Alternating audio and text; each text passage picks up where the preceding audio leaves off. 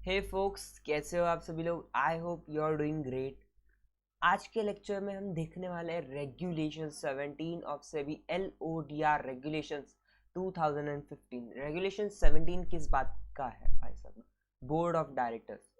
और एक बात सुनना, ये जो रेगुलेशन 17 है इसको आप द लेटेस्ट कब से डाउनलोड कर सकते हो? मैं इसका PDF आपको एज इन ये टेक्स्ट नहीं देने वाला, इसके हैंड रिटन नोट्स का ही दूंगा। द रीजन बीइंग क्योंकि सभी के ये जो रेगुलेशंस होते हैं इसमें चेंजेस आते रहते हैं। That is why I will suggest कि आप सभी की वेबसाइट पे जाना, सभी की वेबसाइट पे लीगल जो होता है वो कॉर्नर पे जाके इसको डाउनलोड कर सकते हो आप। तो वहाँ से रेगुलेशंस को डाउनलोड कर लेना। LODR रेगुलेशंस 2015 वाले कॉर्नर में बेस्ट अपडेटेड मिलते हैं। ओके, तो let's start it without a further. बहुत ही लंबा रेगुलेशन है, देख तो मैं अब दिखाता हूँ आपको। ये चलता गया चलता गया चलता गया चलता गया चलता गया चलता गया चलता गया चलता गया चलता गया और यहाँ पे जाके रुका। हाँ, यहाँ पे जाके रुका है वो। तो बहुत बड़ा रेगुलेशन सर, बहुत टाइम लगेगा। इट डिपेंड्स कि आप कितना ध्यान देते हो। अगर ध्यान दोगे तो जल्दी हो जाएगा। Okay, let's start. रेगुलेशन 17 नाम क्या है इसका? रेगुलेशन 17 का नाम है बोर्ड ऑफ डायरेक्टर। क्या नाम है इसका? Board of director. बहुत ही सिंपल है। अगर आपको सेक्शन 149 आता है या फिर अगर आपको नहीं आता है तो 149 वाला मेरा वीडियो देखा ही होगा आपने। आपने मेरा वीडियो देखा है, किसी का भी देखा है, कुछ भी किया। लेकिन अगर आपको 149 आता है तो this will take lesser time to understand, because वो काइंड ऑफ बेस बोल के सर्व करेगा आपको। थोड़ी बेसिक अंडरस्टैंडिंग 149 173 ये सब सेक्शन थोड़ा बेस होते हैं, तो ध्यान देना। Sub regulation sorry sub regulation, मैं सही बोला है। मैं सब रेगुलेशन 1 क्या बोलता है सुनो। The composition of board of directors of listed entity shall be as follows. मतलब जो बोर्ड ऑफ डायरेक्टर है कौन से लिस्टेड एंटिटी का, वो कैसे होगा सुनना। क्लॉज क्या बोल रहा है? Board of director shall have optimum combination of executive and non executive director with at least one woman director. सुनो, पहले तो बोल रहे optimum combination of executive and non executive होना चाहिए। एग्जीक्यूटिव डायरेक्टर यानी जो डे टू डे काम में लगे होते हैं, और नॉन एग्जीक्यूटिव जो डे टू डे काम में नहीं लगे होते, वो काइंड ऑफ एक्सपर्टीज प्रोवाइड करते हैं। इतना आपको आई थिंक पता ही होगा। अगर नहीं पता है इन सब एग्जीक्यूटिव नॉन एग्जीक्यूटिव के बीच में अलग अलग डायरेक्टर का फर्क नहीं पता है तो जरूर कमेंट में बता देना। इसके लिए एक छोटा सा वीडियो बना देंगे बाद में। At least one women director. भाई साहब, कंपनीज एक्ट तो अलग ही खेल है। कंपनीज एक्ट बोलता है एवरी लिस्टेड एंटिटी, फिर वो 300 करोड़ और वो अलग अलग उसकी रिक्वायरमेंट्स बताता है। ये बोलता है एंड दो, इतना कुछ करने की जरूरत नहीं, हम बताते हैं तुमको। ओके, तो ये क्या बोल रहा है? 300 करोड़ आई थिंक नेटवर्थ है और 1000 करोड़ टर्नओवर आई थिंक। मुझे एकदम क्लियरली याद नहीं, बट होगा। तो क्या है यहाँ पे, हर लिस्टेड एंटिटी में एक वुमेन डायरेक्टर तो होनी चाहिए। अगला, not less than 50% of board shall be non executive. मतलब अगर आपके बोर्ड में 10 लोग हैं तो 10 में से 5 नॉन एग्जीक्यूटिव होने चाहिए, और उन 10 में से भले एग्जीक्यूटिव या नॉन एग्जीक्यूटिव एक वुमेन डायरेक्टर होनी चाहिए। क्या बोला मैंने? अगर आपके बोर्ड में 10 लोग हैं, 10 डायरेक्टर्स हैं, तो 10 में से 50% यानी 5 कम से कम क्या होने चाहिए? 5 होने चाहिए। क्या बोलो बोलो, क्या होने चाहिए? Non executive. और उन 10 में से भले एग्जीक्यूटिव नॉन एग्जीक्यूटिव एक कौन होनी चाहिए? वुमेन होनी चाहिए, वुमेन डायरेक्टर। क्योंकि वुमेन डायरेक्टर लगानी है आपको एक तो वहाँ पे। ओके, मान लो 11 डायरेक्टर्स है तो क्या करना है भाई? सुनो, 50% कम से कम होने चाहिए। तो इसका मतलब है अगर आपके एग्जीक्यूटिव डायरेक्टर्स अगर एक भी ज्यादा हुआ तो लॉ कंप्लाई नहीं हो रहा है। मतलब अगर 11 है तो 6 नॉन एग्जीक्यूटिव होने चाहिए। Okay, simple. Provided that board of top 500, इसको छोड़ दो, the board of top 1000 listed entities shall have one independent woman director. Okay, यहाँ पे बस एक वर्ड ध्यान दो। ये बोल रहे अगर आप टॉप 1000 लिस्टेड एंटिटीज में आते हो, आप टॉप 1000 लिस्टेड एंटिटी में आते हो, तो आपको क्या होना चाहिए? एक वुमेन डायरेक्टर होनी चाहिए जो इंडिपेंडेंट है। मतलब ऊपर जो बोला वुमेन होनी चाहिए, वुमेन है, ठीक है, चलता है। बट अगर आप टॉप 1000 में आते हो तो वो वुमेन डायरेक्टर आपकी इंडिपेंडेंट होनी चाहिए। क्या होनी चाहिए? इंडिपेंडेंट होनी चाहिए। बहुत ही ज्यादा सिंपल एक्सप्लेनेशन। और एक बात है कि ये जो है ना टॉप 500 बाय अप्रैल 1 2019, तो ये पहले अमेंडमेंट आया था। उसके बाद में अगला अमेंडमेंट ये इससे आया है, तो हमको सेकंड वाले पे फोकस करना है, पहले वाले को इग्नोर मारो। Okay, simple. Top 5 and top 500 and 1000 कैसे हो गए? determined on the basis of market capitalization as at the end of immediate previous financial year. ये market capitalization के हिसाब से होगा. मार्केट कैपिटलाइजेशन के हिसाब से आपको शेयर मार्केट पे भी कंपनीज दिखती है, उसी के हिसाब से सिंपल भाषा में. ओके, वेयर द, अब ये पॉइंट ध्यान देना, ये बहुत ज्यादा इन्होंने पैराग्राफ दिया, थोड़ा सा इसमें गैपिंग वैपिंग देते तो आई थिंक बेटर होता, पर ठीक है.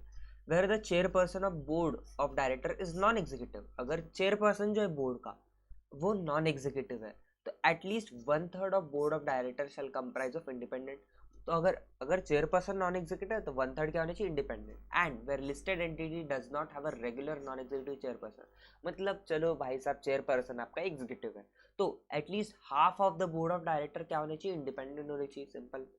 Provided that where regular non executive chairperson is promoter. ओहो हो, आपका नॉन एग्जीक्यूटिव है चेयरपर्सन, लेकिन उसमें थोड़ी मस्ती है, यानी कि वो कंपनी का प्रमोटर है, लिस्टेड एंटिटी का प्रमोटर, या फिर रिलेटेड टू प्रमोटर है ऑफ लिस्टेड एंटिटी, प्रमोटर है या फिर रिलेटेड टू प्रमोटर, या फिर तीसरी चीज, वो person occupying management position at level of board of director. वो क्या है, वो है पर्सन. कौन सा पर्सन, ऐसा पर्सन जो ऑक्यूपाई करता है मैनेजमेंट पोजीशन, मैनेजमेंट करने की पोजीशन ऑक्यूपाई करता है बोर्ड पे as in board of director में, और at 1 level below board of director, मतलब बोर्ड के नीचे के जो सीनियर मैनेजमेंट वगैरह होता है उनके बीच में अगर कोई मैनेजमेंट पोजीशन वो होल्ड करता है तो भाई साहब इनाचॉल में ये 3 चीजें, वो प्रमोटर से रिलेटेड है, या फिर वो बोर्ड के लेवल पे मैनेजमेंट पोजीशन होल्ड करता है, या फिर बोर्ड के 1 level below management position hold करता है, तो इनाचॉल में, तो ऐसे केस में half of board of director क्या होने चाहिए, इंडिपेंडेंट होने चाहिए. ओके, अब बोल रहे सर ये बहुत ज्यादा हो रहा है, रुको एक बार एक्सप्लेनेशन पढ़ते हैं फिर पूरा एग्जाम्पल ले लेते हैं इसके लिए. क्यों सर इतने एक के लिए क्यों नहीं, अरे एक सबका एक साथ देखेंगे तो ज्यादा क्लैरिटी आएगी. Explanation for the purpose of this clause, इस क्लॉज मतलब बी वाले के लिए, expression related to any promoter shall have the following meaning. मतलब अरे रिलेटेड टू प्रमोटर का क्या मतलब है भाई साहब, ये बताओ. तो सुनो, अगर प्रमोटर लिस्टेड एंटिटी है सर, ये क्या प्रमोटर तो इंसान होगा, अरे नहीं, क्या एबीसी लिमिटेड एक कंपनी फॉर्म कर सकती है एज अ मेंबर, यस कर सकती है क्योंकि वो तो लीगल पर्सन है. तो हमारी पीक्यूआर लिमिटेड है, इसको किसने बनाया था, एबीसी लिमिटेड ने पीक्यूआर को बनाया था, और पीक्यूआर के एनुअल रिटर्न में प्रॉस्पेक्टस में जो है लिखा है रहता है क्या, प्रमोटर कौन है इनका, एबीसी. तो और एबीसी लिमिटेड क्या है, लिस्टेड है, मान लो लिस्टेड है, तो ये बोलो पीक्यूआर लिमिटेड का जो प्रमोटर है वो क्या है, लिस्टेड एंटिटी, ऐसे टाइप का. ओके, आई थिंक बहुत सिंपल था, you got my point. Just a second, let me remove it. अगर प्रमोटर लिस्टेड एंटिटी है तो उसके जो डायरेक्टर्स हैं अदर देन इंडिपेंडेंट डायरेक्टर, मतलब उसके सारे डायरेक्टर इंडिपेंडेंट को छोड़ के, लिस्टेड एंटिटी अगर प्रमोटर है उसके सारे डायरेक्टर्स कौन से छोड़ के, इंडिपेंडेंट को छोड़ के, उस कंपनी के लिस्टेड एंटिटी के एम्प्लॉय और उसके नॉमिनीज जो भी है सबको मान लेंगे कि वो रिलेटेड टू प्रमोटर है. अरे भाई साहब जो कंपनी वो प्रमोटर है, उनके जो डायरेक्टर है, उनके जो एम्प्लॉय, उनके जो नॉमिनी है, अरे वो तो उसी के सारे रिलेटेड होंगे ना भाई साहब, रिलेटेड तो होंगे उनसे ऑफ कोर्स, बट इंडिपेंडेंट नहीं, क्योंकि इंडिपेंडेंट लिस्टेड एंटिटी के केस में वो ऐसा मानते कि भाई साहब ये तो बहुत दूध का दूल्हा आदमी है. लेकिन सुनो, अगर आपके प्रमोटर अनलिस्टेड एंटिटी है, प्रमोटर अनलिस्टेड एंटिटी, उसके सारे डायरेक्टर इंडिपेंडेंट इंक्लूडेड, यहाँ पे उन्होंने लिखा नहीं अदर देन, तो उसको मान के चलेंगे इंडिपेंडेंट इंक्लूडेड, उसके डायरेक्टर एम्प्लॉय और नॉमिनी इनटू रिलेटेड होंगे. बहुत सिंपल. ओके, अब एग्जांपल लेते हैं अपन रेगुलेशन 17 का.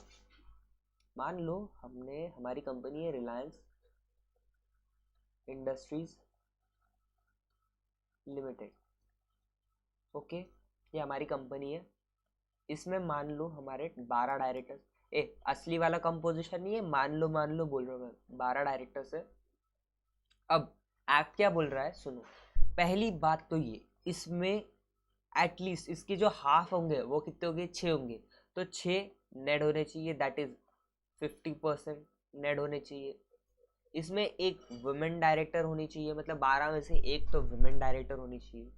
इसके अलावा सुनो, अब इंडिपेंडेंट डायरेक्टर्स का झमेला है, अगर वो टॉप 500, चलो यहाँ पे साइड में लिखते हैं, वो अगर टॉप 1000 में है तो ये यहाँ पे क्यों लिख रहा हूँ मैं, यहाँ पे लिखते हैं ना, अगर वो टॉप 1000 में है तो वुमेन डायरेक्टर जो होनी चाहिए वो इंडिपेंडेंट डायरेक्टर होनी चाहिए, वुमेन डायरेक्टर जो होनी चाहिए इंडिपेंडेंट होनी चाहिए। ओके, इसको थोड़ा सा बेटर लिखते हैं, IND, independent. Okay, simple. Independent के केस में अब मान लो हमारे जो कंपनी के चेयरपर्सन है, मान लो वो है हमारे मुक्कू भाई, मुक्कू, ये क्या लिख रहा हूँ, मुक्कू भाई, मुकेश अंबानी जी, मुकेश अंबानी जी कंपनी के चेयरपर्सन है। ओके, अब इंडिपेंडेंट डायरेक्टर के 2 केसेस है। क्या आपका चेयरपर्सन ईडी है? इंडिपेंडेंट डायरेक्टर के केस में 2 केसेस, चेयरपर्सन जो है आपका एग्जीक्यूटिव डायरेक्टर है, चेयरपर्सन आपका नॉन एग्जीक्यूटिव। और एग्जीक्यूटिव नॉन एग्जीक्यूटिव ऐसा बंदा समझ लो, क्या वो बहुत ज़्यादा रिलेटेड है वगैरह, वो सारी चीज़ें ढूंढ के चलो। ओके, अब इन्होंने हमारे जो मुकेश अंबानी जी है वो चेयरपर्सन एग्जीक्यूटिव है। ओके, और चेयरपर्सन नॉन एग्जीक्यूटिव वो है नहीं, लेकिन अगर वो होते तो क्या होता भाई साहब, 1/3 जो हो गए आपके डायरेक्टर वो इंडिपेंडेंट होते, यानी 1/3 कितने हो गए, 12 के 1/3 निकालो भाई साहब, 4 should be independent. Okay, 4 independent होने चाहिए थे। अब 4 इंडिपेंडेंट मतलब नेड को छोड़ के इंडिपेंडेंट नहीं, सुनो जो नॉन एग्जीक्यूटिव है, क्या ये जो 6 नॉन एग्जीक्यूटिव, इनमें से ही 4 इंडिपेंडेंट चल जाते हैं मेरे दोस्त, चलता है। ओके, लेकिन अगर वो एग्जीक्यूटिव है तो क्या बोल रहे हो, वो 6 जो आपके बाकी होंगे ना वो सब इंडिपेंडेंट, 6 इंडिपेंडेंट होने चाहिए। Okay, simple. बट सुनो, वो बोल रहे आपका तो अलग ही खेल है। क्या खेल है भाई साहब, सुनो, अपना चेयरपर्सन नॉन एग्जीक्यूटिव हो, लेकिन जो हमारे मुकेश अंबानी जी है, मुकेश अंबानी जी, जो हमारे मुकेश अंबानी जी है वो क्या है, प्रमोटर है या रिलेटेड टू प्रमोटर है, या फिर वो प्रमोटर है या रिलेटेड टू प्रमोटर है, वो किधर गए, हाँ, प्रमोटर है या रिलेटेड टू प्रमोटर है। इसके अलावा या फिर वो मैनेजमेंट पोजीशन होल्ड करते हैं। क्या करते हैं वो, मैनेजमेंट पोजीशन होल्ड करते हैं, वो at board level, at board और 1 लेवल बिलो इट। ओहो, मतलब भाई साहब ये तो हमारे साथ खेला कर रहे हैं। तो ये बोल रहे हैं आपके जो 6 डायरेक्टर है इंडिपेंडेंट होने चाहिए, मतलब 50% इंडिपेंडेंट होने चाहिए, 50% इंडिपेंडेंट होने चाहिए। Simple, so easy. अब रिलेटेड टू प्रमोटर का मतलब मैंने समझा दिया था, तब यहाँ पे एक एग्जांपल ले ही लेते हैं। मान लो आपके जो सर है मयूर लिमिटेड, ये एक लिस्टेड एंटिटी है, लिस्टेड एंटिटी मान लो, और मयूर लिमिटेड जो आपकी रिलायंस इंडस्ट्रीज लिमिटेड है इसकी प्रमोटर है। रिलायंस की प्रमोटर कौन है, मयूर लिमिटेड है, मयूर लिमिटेड रिलायंस की क्या है, प्रमोटर है। अब ये समझो मुकेश अंबानी जी जो हमारे MA है, जो इसके है चेयरपर्सन, चेयरपर्सन जो है वो प्रमोटर नहीं है, वो क्या है, वो प्रमोटर नहीं है, लेकिन वो रिलेटेड टू प्रमोटर है, एज इन वो शायद से वो क्या है, बट ही इज आइदर वो क्या है, देखो मयूर लिमिटेड लिस्टेड भी हो सकती है, अनलिस्टेड भी हो सकती है, कुछ भी चलता है। ऐसा नहीं कि लिस्टेड कंपनी का जो प्रमोटर होगा वो लिस्टेड ही होगा, अनलिस्टेड भी हो सकता है। He is either director, employee और नॉमिनी ऑफ मयूर लिमिटेड। तो क्या हुआ, वो मुकेश अंबानी क्या बन गए भाई साहब, क्या बन गए, related to promoter. But director listed entity के केस में कौन सा, इंडिपेंडेंट को छोड़ के। लेकिन अगर मैं अनलिस्टेड हूं तो, अगर मैं अनलिस्टेड हूं तो फिर भाई साहब सभी के सभी। Simple, I think you got एकदम सुपर क्लियरली, एकदम दिमाग में ऐसे घुस चुका है सारे points. Let's move ahead. The board of top, इसको पहली जो लाइन है ना उसको स्किप कर देते, बोर्ड ऑफ, इसको कट कर दो। क्या है ये board of top 1000 listed entity जो हो गए 2019 के, लेकिन जो अमेंडेड पार्ट है वो 2020 का टॉप 2000 लिस्टेड एंटिटी के बोर्ड को भाई साहब 6 डायरेक्टर चाहिए। कंपनीज एक्ट क्या बोलता है, सेक्शन 149 बोलता है पब्लिक कंपनी को 3 डायरेक्टर मिनिमम चाहिए, प्राइवेट को 2, ओपीसी को 1, कम से कम चाहिए, ज्यादा करने तो करो, लेकिन एलओडीआर क्या बोलता है, सुनो भाई साहब, अगर तुम टॉप 2000 लिस्टेड एंटिटीज में आते हो, you are coming in top 2000 listed entities, you are such a big entity, आपके पास पब्लिक की इतनी बड़ी रिस्पॉन्सिबिलिटी, ये सारी चीजें, आपके 3 डायरेक्टर कहाँ से, समझो यार 3 डायरेक्टर में कहाँ से कंपनी चलाओगे तुम, you need at least 6 director, so please आप 6 डायरेक्टर करो, नहीं करेंगे तो क्या भाई साहब आपको कूटा जाएगा। तो व्हाट इट सेज कि 6 डायरेक्टर, अगर आप टॉप 2000 में आते हो, टॉप 2000 लिस्टेड एंटिटीज में आते हो, तो 6 डायरेक्टर तो चाहिए आपको। 1000 2000 कैसे कैलकुलेट करना है, on the basis of market cap, मैंने बताया शेयर मार्केट में कैसे होता है मार्केट कैप। ओके आपका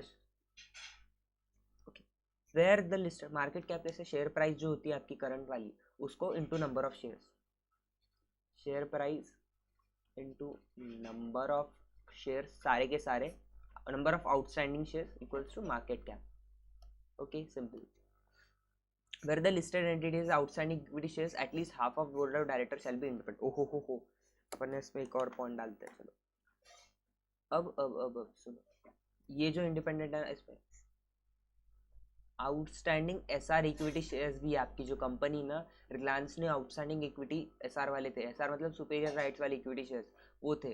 तो क्या भाई साहब कितने चाहिए अपने को, इंडिपेंडेंट 6, यानी हाफ इंडिपेंडेंट चाहिए, 50% होता है ना भाई साहब half. Okay got my point, बहुत सिंपल। और मान लो अरे इसमें तो डायरेक्टर 12 है ही, लेकिन मान ये तो ऑफ कोर्स टॉप 2000 में भी आती है कंपनी, टॉप 2000 लिस्टेड एंटिटीज में रिलायंस आती है, तो फिर इसमें 6 डायरेक्टर चाहिए, अरे 12 है, सब कुछ ठीक है। चलो ओके सिंपल सा पॉइंट था। नाउ अगले आगे बढ़ते हैं। No listed entity shall appoint a person or continue directorship, मतलब किसी बंदे को अपॉइंट मत करो या उसके डायरेक्टरशिप को कंटिन्यू मत करो of any person. Okay as non executive director, मतलब किसी को नॉन एग्जीक्यूटिव डायरेक्टर अपॉइंट मत करो या उसको कंटिन्यू मत करो अगर वो डायरेक्टरशिप में है तो, जिसकी एज है 75 ईयर्स। भाई साहब बूढ़ा हो रखा है आपका बंदा, उसको 75 ईयर्स की उसमें शायद उसको चीज़ें याद ना आए वगैरह, क्या क्या प्रॉब्लम्स आती है बुढ़ापे के, तो आपको मालूम होंगे। सर हम बूढ़े नहीं, अरे आप मालूम होगी as an you might have seen it ना। तो अगर वो 75 साल 75 ईयर्स का है तो भाई साहब प्रॉब्लम हो सकती है, तो उसे मत रखो अनलेस वो रतन टाटा जैसा बंदा हो शायद। Special resolution is pass to the effect in case in which case the explanatory statement annexed to the notice for the motion indicate justification for appointment। अरे भाई साहब हम बोल रहे हैं 75 साल का नेड आप रखो मत या उसको अपॉइंट मत करो, बट मान लो आपने नोटिस दिया, एक्सप्लेनेटरी स्टेटमेंट दिया, लिख के एक्सप्लेनेटरी स्टेटमेंट में क्यों नोटिस में लिख रहे हो इस बंदे को हम अपॉइंट करना चाहते हैं, इसकी एज 75 या उससे ज़्यादा है, वो बोल रहे हैं एसआर पास करने की बात आई 75%, वो अब 75% जनरली बोला जाता है, बट वो होता है ना 3:1 वैसे वो होता है 3 टाइम्स कास्ट ज़्यादा होने चाहिए वगैरह, बट चलो 75% शेयर होल्डर्स बोल रहे हैं यार ये बंदे को अपॉइंट करना है हमको, अरे बंदे में क्वालिटी है तो चलता है ना, क्यों ऐसे ना अपॉइंट करें। तो 75% स्पेशल रिजोल्यूशन अगर पास हो चुका है तो भले ही वो 75 हो 80 हो 90 हो चलता है भाई साहब। 90 साल का बंदा बोर्ड पे हम नॉन एग्जीक्यूटिव डायरेक्टर अपॉइंट कर सकते हैं इफ शेयर होल्डर्स पास करते हैं स्पेशल रेजोल्यूशन, और आपने जो एक्सप्लेनेटरी स्टेटमेंट दिया उसमें रीजन भी दिया था। ओके ये जा चुका है, इसको नहीं देखना है।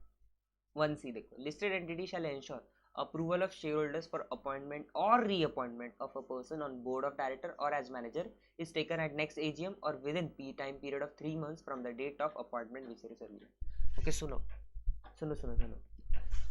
आपने क्या किया था, बोर्ड ऑफ डायरेक्टर्स ने जो BOD है उन्होंने क्या किया था, किसी एक बंदे को अपॉइंट किया था। हमने पढ़ा था ना सेक्शन 161 में एडिशनल डायरेक्टर वगैरह वो भी कर सकते हो, या फिर एज अ मैनेजर अपॉइंट किया था। अपॉइंट किया इसको शायद मान लो additional director alternate director whatever the case में भी, इसको मैनेजर या फिर डायरेक्टर ऐसे अपॉइंट किया था आपने। ओके डायरेक्टर या मैनेजर अपॉइंट किया, तो आप तो लिस्टेड एंटिटी हो, आप ऐसी वैसी कंपनी नहीं हो, आपको चाहिए कि आप ज़्यादा चीज़ें कंप्लाई करो, शेयर होल्डर्स को ज़्यादा अच्छे से डिस्क्लोजर दो, ज़्यादा चीज़ें शेयर होल्डर्स को प्रोवाइड करो, क्योंकि वो आपको इतना पैसा भी दे रहे हैं, आपके IPO को सब्सक्राइब किया था, आपके FPO आने वाले उसको सब्सक्राइब करेंगे, ये सारी चीज़ें भाई साहब। तो डायरेक्टर और मैनेजर आपने किया है ना, तो सुनो आपको थोड़ा सा जल्दी काम करना पड़ेगा। क्या जल्दी करना पड़ेगा, सुनो आपको उस बंदे का जो है अपॉइंटमेंट है नेक्स्ट जनरल मीटिंग में या फिर 3 महीने के अंदर उसके अपॉइंटमेंट से जनरल मीटिंग लेके शेयर होल्डर्स का अप्रूवल लेना पड़ेगा। सॉरी, क्या बोला मैंने, क्या बोला? इस बंदे को जो है शेयर होल्डर्स का अप्रूवल लेना है आपको। अब अगले 3 महीने में लो या फिर जनरल मीटिंग में लो, मतलब जो भी अर्लियर होगा। मान लो हमारी जो जनरल मीटिंग, वो जनरल मीटिंग बोला इन्होंने, annual general meeting. General meeting कोई भी हो सकती है, ईजीएम या एजीएम। मान लो 2 महीने के अंदर हमारी जनरल मीटिंग होने वाली है, तो अरे जो जल्दी है वो ना 2 महीने में वहां पे अप्रूवल ले लो, या फिर विद इन 3 मंथ्स आप जनरल मीटिंग कंडक्ट करवाओ। ईजीएम बुलाओ, जो भी कर बुलाओ, उसको अप्रूवल चाहिए भाई साहब अपॉइंटमेंट का।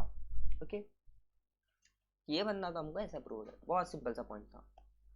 Provided that PSU public sector company shall ensure that approval of shareholders for appointment or reappointment of person on the board of director or manager is taken at next AGM।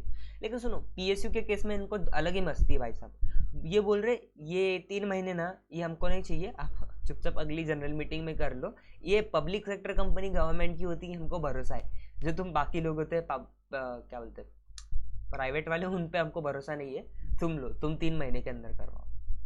PSU को चलता है भाई साहब, listed entity PSU चलता है। Okay. Provided further that appointment or reappointment of person including MD, WTD, manager who was earlier rejected by shareholders at a general meeting shall be done only with prior approval of shareholders। भाई साहब, आपने पिछली एक general meeting हुई थी, सुनो, ये है 2021 और ये 2022।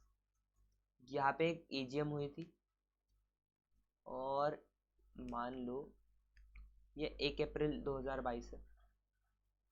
मान लो 1 अप्रैल 2022 है। यहाँ पे हम एक EGM ले रहे हैं, तो क्या हुआ ना, 2021 की AGM में मैंने XYZ बंदे को, मान लो मुझे अपॉइंट करना था, रीअपॉइंट करना था, वॉट एवर द केस में भी, managing director, full time director या मैनेजर। शेयर होल्डर से बोले हका लो इसको, पहले हका लो, इसकी शक्ल भी हमको नहीं देखने की, ये इस लायक ही नहीं कि कंपनी में रखे। आपने सोचा शेयर होल्डर्स ने तो हका लिया, हम जब अगली जनरल मीटिंग लेने वाले तब तक इसको फिर से अपॉइंट कर देते। तो रेगुलेशन ना मुन्ना ना खेलने का नहीं है ऐसे। आपको ये याद रखना है कि आप एक ऐसे बंदे हो जिसपे उन लोगों ने भरोसा रखा है, आप ऐसे कैसे भरोसा तोड़ सकते हो लूप होल निकाल के।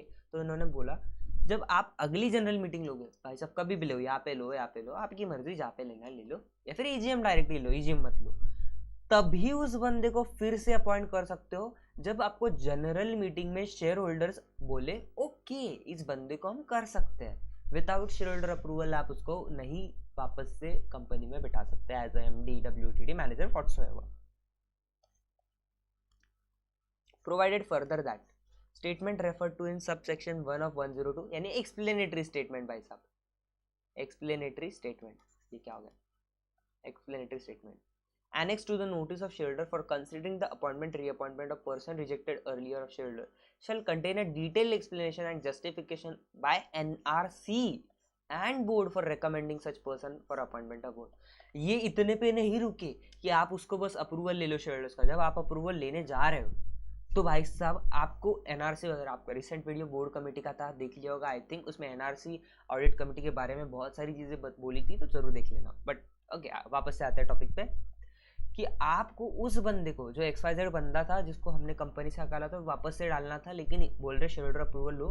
ऐसे ही नहीं ले सकते, आपको पहले तो एक्सप्लेनेटरी स्टेटमेंट भी देना पड़ेगा उनको। उसमें लिखना पड़ेगा क्या?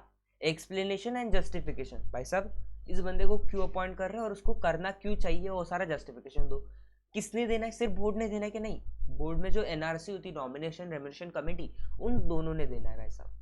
बोल रहे यार प्लीज इसको अपॉइंट कर, गलती हो गई थी लास्ट टाइम, इस बार कर लो, कोई बात नहीं, होता है, अरे कोई ना, रख लो यार इसको कंपनी में, बोल दो जो बोलना है आपको, बट प्रोफेशनली ऑफ कोर्स। अब ये एक नया प्रोविजन है 1D, कहाँ पे था ये? 1D और 1E 92। ओके, ये देखो जस्ट रिसेंटली आया है भाई साहब, बहुत समय नहीं हुआ ऐसे आके, तो इसे ध्यान देना। ये अभी एप्लीकेबल नहीं है 2023 में, नहीं, ये बोलता है विद इफेक्ट फ्रॉम 2024 अप्रैल। ये बोल रहे तब देख लेंगे, बस तब देख लेंगे। अभी सुन लो, पढ़ लो, काम तब से शुरू करेगा ये, विद इफेक्ट फ्रॉम, काम तब से शुरू करेगा। Continuation of director serving on board of director shall be subject to approval of shareholders in a general meeting at least once in 5 years from the date of their appointment or reappointed as the case may be. ये बोल रहे अगर कोई भी बंदा board of directors में as a director है तो वो कंटिन्यू करेगा। इसके लिए एक तो कंडीशन हमको डालनी थी, हमको मस्ती है, हर 5 साल में कम से कम शेयर होल्डर्स का अप्रूवल वो बंदे को लगेगा। वैसे तो companies act rotation bye retirement का बोलता है, लेकिन उसमें कुछ तो लोग बच ही जाते हैं। भाई सब इनको ऐसे थोड़े ना बढ़ने देंगे हम आगे। हर 5 साल पे एक बार तो इन पे भी तलवार लटकनी चाहिए। कैसे?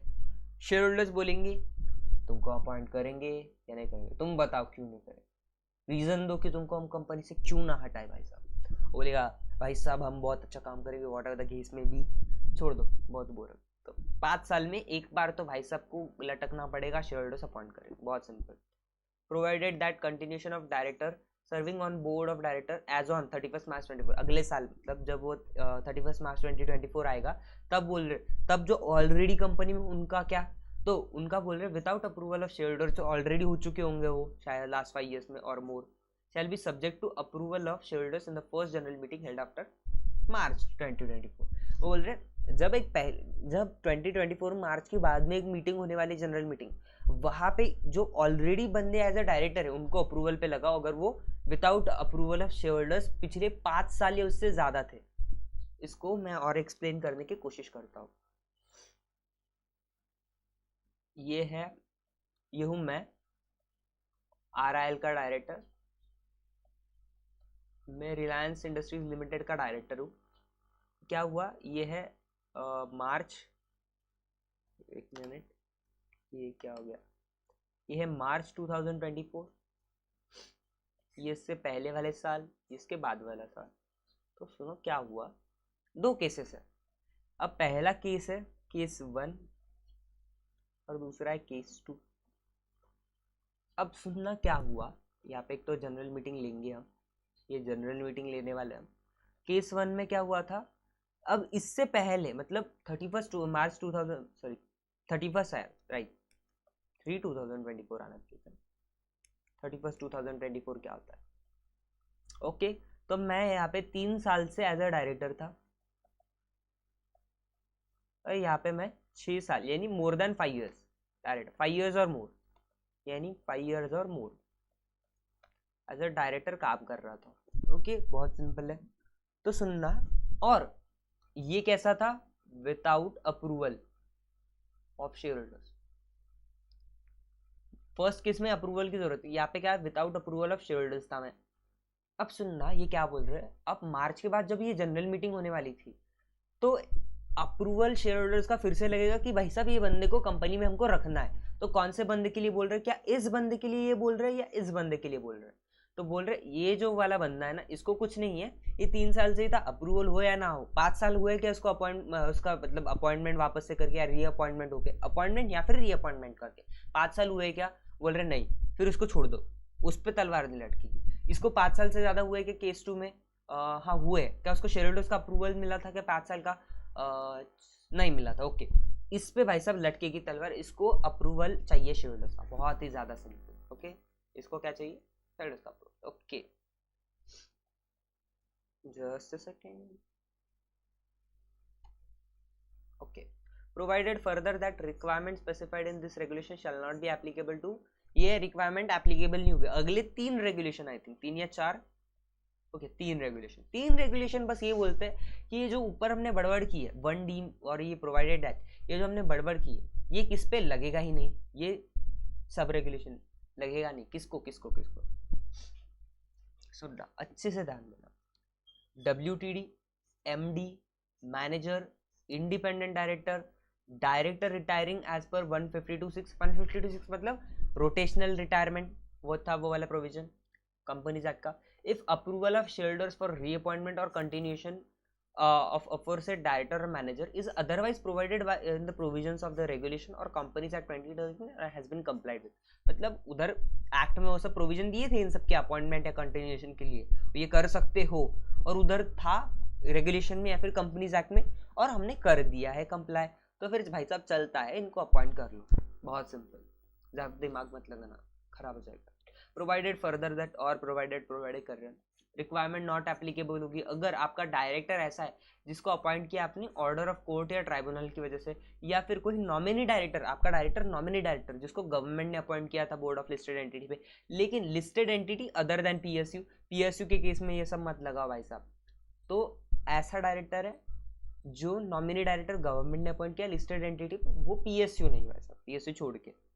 और भाई साहब nominee director financial sector regulator ने जिसको अपॉइंट किया वो वाला, मतलब सॉरी अपॉइंट नहीं, नॉमिनी डायरेक्टर जिसको फाइनेंशियल सेक्टर रेगुलेटर ने नॉमिनेट किया था और बोर्ड ने अपॉइंट किया था। ओके और finally provided further that the requirement specified in this regulation shall not be applicable to director nominated by financial institution registered with और रेगुलेटेड बाय आरबीआई। मतलब कोई भी ऐसी फाइनेंशियल इंस्टीट्यूशन है आरबीआई के अंडर, उसने अगर किसी बंदे को नॉमिनेट किया एज अ डायरेक्टर अंडर किसी lending arrangement in normal course of business. भाई साहब हमने किसी कंपनी को लोन दिया था, एज अ मैं फाइनेंशियल इंस्टीट्यूशन मैंने किसी कंपनी को लोन दिया था, अब वो लोन की वजह से बोल रहे लोन सही से पे वगैरह हो जाए, इसके लिए मैं बोल रहा हूँ मैं किसी एक बंदे को आपके यहाँ पे नॉमिनेट करूंगा एज अ डायरेक्टर, आप उसको अपॉइंट कर लेना। तो लेंडिंग अरेंजमेंट की वजह से मैंने किया था, उसकी वजह से वो भी बंदे पे ये नहीं लगेगा ये 5 साल की रिक्वायरमेंट। फिर नॉमिनी डायरेक्टर जिसको अपॉइंट किया है डिबेंचर ट्रस्टी ने जो सेबी के साथ रजिस्टर्ड है under subscription agreement for the debenture issued by listed entity, listed entity ने डिबेंचर इशू किए थे, उसकी वजह से उन्होंने डिबेंचर ट्रस्टी को अपॉइंट किया था जो सेबी के साथ रजिस्टर्ड है, उसने उस डिबेंचर ट्रस्टी ने अपॉइंट किया था नॉमिनी डायरेक्टर को। तो भी भाई साहब क्या होता है ये जो 5 साल का रिक्वायरमेंट नहीं लगेगा। इसको और समझने के लिए हैंड रिटन नोट्स थे अपने पास, उसको थोड़ा सा झांक लेते हैं। ये क्या होता है सर, झांक लेते हैं। ओके ध्यान देना, विद इफेक्ट फ्रॉम सबसे इंपॉर्टेंट वर्ड है, ये अभी तक एप्लीकेबल नहीं है, होगा बाद। ओके और शायद ये कट भी हो जाए, एप्लीकेबल होने से पहले कट भी करते हैं, इसलिए मैंने बोला है कि आपको डाउनलोड कहाँ से करना चाहिए, वेबसाइट से, कंपनी एक्ट का, क्योंकि उसमें इतने नहीं अमेंडमेंट्स आते। Continuation of directors on board. Okay इसमें ये बात बोल रहा है अगर आपको कंटिन्यू करना है किसी डायरेक्टर को तो approval of share holder general meeting में हर 5 साल में लेना है। लेकिन ये और एक चीज़ बोल रहे हैं, वो जो दूसरी चीज़ थी ना वो 31 मार्च वाली, मैंने जानबूझ के नहीं लिखी है, अरे क्या वो तो ऐसे भी समझ जाओगे ना। The above requirement is not applicable to, ये जो ऊपर हमने पढ़ा ये किसको किसको एप्लीकेबल नहीं है, सुनना। ग्रीन में लेफ्ट साइड में ये वाले में देखो, full time director, MD, manager, independent director, director retired और रोटेशन, अगर उनको शेयर होल्डर्स ने अप्रूवल दिया है जैसा प्रोवाइड किया था एलओडीआर कंपनीज एक्ट में वो। ओके सिंपल सा।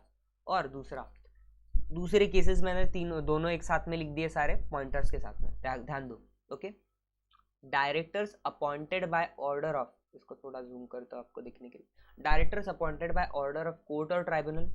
ओके नॉमिनी डायरेक्टर जिसको गवर्नमेंट ने लिखा नॉमिनेट किया था except PSU, nominee director of financial sector regulator, nominee director of, director क्या होता है भाई साहब, nominee director of financial institution registered with और regulated by RBI under a lending arrangement in normal course of business, director nominated bye debenture trustee registered with SEBI. बहुत simple, इसको याद ऐसे रट्टा मारने का नहीं, बस समझना चाहिए था आपको, इसलिए मैंने वापस से एक बार दिखाया। ये भी एक नई रेगुलेशन है, sub regulation. Any vacancy in office of director shall be filled by listed entity at earliest and not later than 3 months. मतलब आप है ना भाई साहब, अगर आपकी कंपनी में 6 डायरेक्टर है, 6 डायरेक्टर आपको लगाने में, और वह 6 डायरेक्टर में से एक भाई साहब क्या हो गया, ग्रुप हो गया, मतलब वैकेंट हो गया ऑफिस भाई साहब, 6 थे 5 ही बच गए, तो आपके पास टाइम है, जल्दी से जल्दी उसको अपॉइंट करो, अर्लीस्ट में करो। फिर मान लो 6 डायरेक्टर में से उसका करना था, जल्दी से जल्दी करो अर्लीस्ट में, लेकिन ज़्यादा से ज़्यादा 3 महीने का टाइम है आपको अपॉइंट करने को। ओके 3 महीने के अंदर भाई साहब उसको वैकेंसी फिल कर लो, अच्छी बात होगी आपकी। Provided that if listed entity becomes non compliant with regulation sub regulation 1, तो due to expiration of term of office of any director resulting vacancy shall be filled by listed entity not later by such office vacation date. इस पे थोड़ा सा ध्यान देते हैं, इस पे थोड़ा सा ध्यान देते हैं। ओके मैंने शायद से इसके नोट सही से नहीं बनाए थे। Non complaint vacancy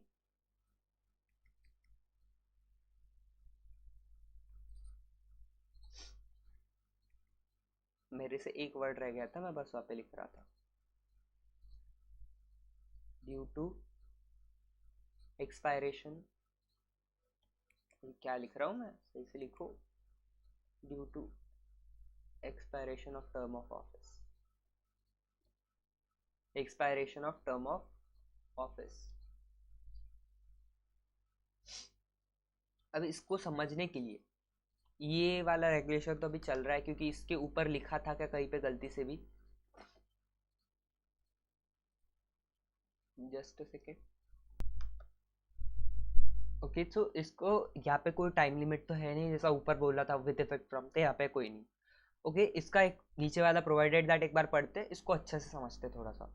provided further that ये नहीं एप्लीकेबल होगा if listed entity fulfils the requirement under sub regulation 1 of this regulation without filling the vacancy. अगर आपने वैकेंसी फिल किए भी ना, सब रेगुलेशन 1 को कंप्लाई कर लिया, तो ये करने की जरूरत नहीं। ओके इसको अच्छे से समझते हैं, जस्ट सेकेंड।